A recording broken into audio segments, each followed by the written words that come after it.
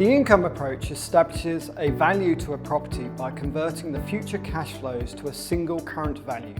This approach should be applied when the income producing ability of the asset is the most critical element affecting value and when reasonable projections of the amount and timing of future income for the property are available. Examples include offices, shopping malls, residential towers, etc. Under this approach, the value of the property is determined by analysing the income flow achievable for the building, but importantly taking into account the projected annual expenditure. Using the traditional investment method, the capital value of a property investment is found by multiplying the net annual income flow by a multiplier.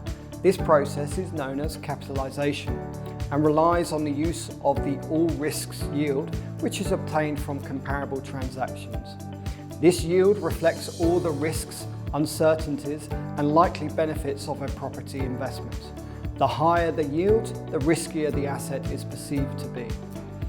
This multiplier is used to capitalise the income flow from the property after establishing the market rent and subtracting any allowances for expenses.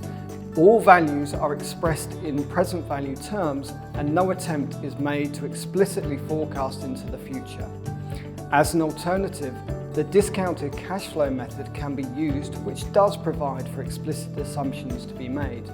The purpose of the discounted cash flow is to estimate the income an investor would receive from an investment adjusted for the time value of money. The analysis finds the present value of the expected future cash flows using a discount rate. Under the discounted cash flow method, the forecasted cash flow is discounted back to the valuation date, resulting in the present value of the asset. The projected cash flow should capture the amount and timing of all future cash inflows and outflows associated with the subject asset and building in growth assumptions, if appropriate.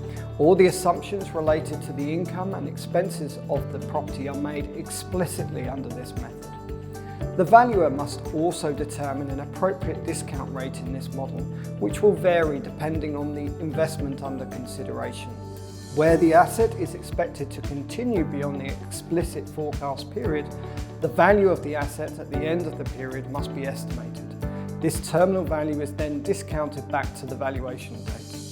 The rate at which the forecast cash flow is discounted should reflect not only the time value of money, but also the risks associated with the type of cash flow and future operations of the asset.